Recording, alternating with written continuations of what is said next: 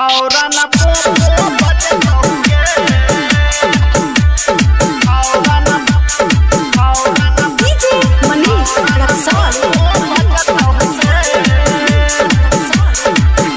अभी आप सुन रहे हैं झंझारपुर से मिथिला रिकॉर्डिंग स्टूडियो की शानदार प्रस्तुति।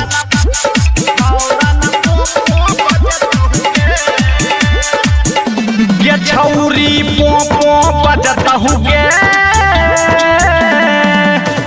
हाँ ये छौरी पोपो बजतहुगे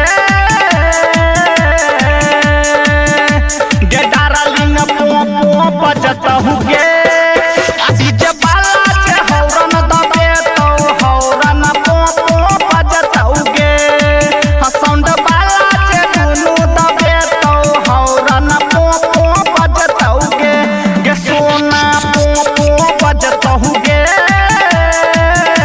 गे डार्लिंग पोपो बजतहुगे डीजे बाला जे हौरन दबे तो हौरन पोपो बजतहुगे डीजे बाला जे हौरन दबे तो हौरन पोपो बजतहुगे हाँ हाँ सुन हौरन पोपो बजतहुगे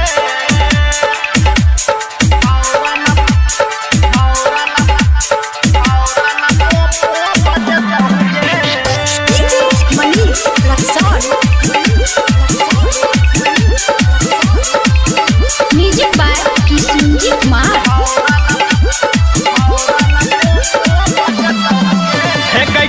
से किशुनजी से राजू से है दीपका दबे तहुगे से किशुनजी से राजू से है दीपका दबे तहुगे धर्मेंद्र सुमित सतीश तोरा धर्मेंद्र सुमित सतीश तोरा दुनु बटम कटी पताओ छौरी पोपो बजतहुगे डीजे बाला जे हौरन दबे तो हौरन पोपो बजतहुगे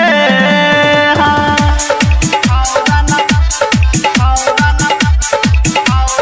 पोपो बजतहुगे डीजे मनीष रक्सौल।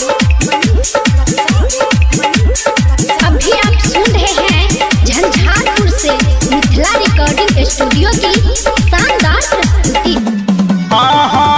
से अनिलावा से सुनीलावा से परविंद बेहतहुगे से अनिलावा से विक्रम से पवन दबे तहुगे रमन राउसन बबलू गुड्डू रमन राउसन बबलू गुड्डू मूड भगे लगे गरम छौरी पोपो बजतहुगे डीजे बाला जे हौरन दबे तो हौरन पोपो बजतहुगे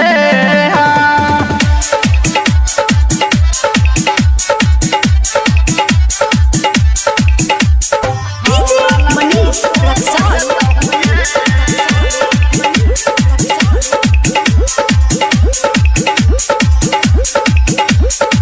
म्यूजिक बाय किशुनजी कुमार। गे छौरी से किशन से संजय रंजीत सत्यम दबे तहुगे से किशन से संजय सत्यम बिंदु दबे तहुगे महिंदर माही राकेश तोरा महिंदर माही संजय तोरा दुनु बटम कटी पतौ छौ